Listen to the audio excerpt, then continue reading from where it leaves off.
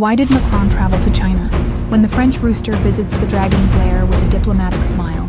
Why did French President Emmanuel Macron decide to travel all the way to China? Was he seeking world peace? Trying to rescue France's trade balance from its chronic depression? Or simply eager to prove that France can still walk into Beijing through the front door and not through the narrow hallway of Allied coordination? These are fair questions. Macron's visit to China was not a sightseeing tour, but a multi-act political performance combining smiles, anxiety, indirect messages, and a generous dose of yes, but diplomacy. The goals of the visit, what was said, and what was understood. Officially, the visit aimed to strengthen economic cooperation, encourage China to play a constructive global role, defend peace, stability, and climate action. In reality, the message was closer to this.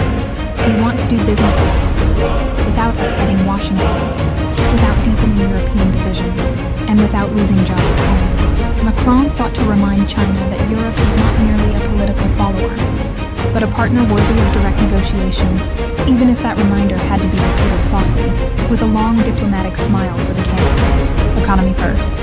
Because principles don't cover trade deficits. When Macron speaks about values, conference halls applaud. When he speaks about the economy, accountants open their spreadsheets. France knows very well that China is a market too large to ignore. French companies want to stay in China without political turbulence. Europe fears dependency, but fears withdrawal even more. Thus, the visit resembled an unspoken deal. We keep the market open. We keep the rhetoric polite. Everyone pretends everything is under control.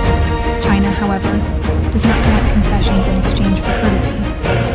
It listens, smiles, and then returns to the control panel where interests are managed without emotion.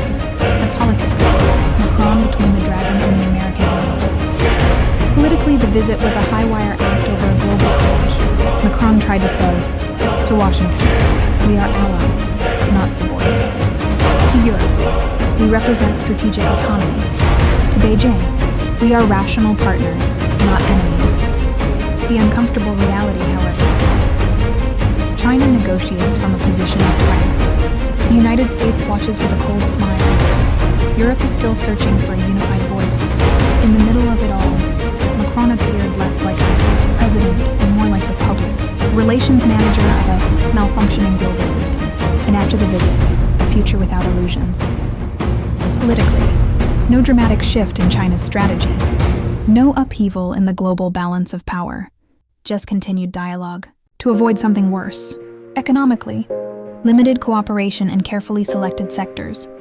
Intensifying competition in technology and industry. Growing talk of de-risking instead of total decoupling. In short, the visit will not change the world, but it may keep a few doors from slamming shut, for now. The serious yet ironic conclusion. Macron's China visit was much like a high-level business meeting, plenty of smiles, modest outcomes, and no one admitting the gap between the two. He did not go to change China. He did not go to reshape the world.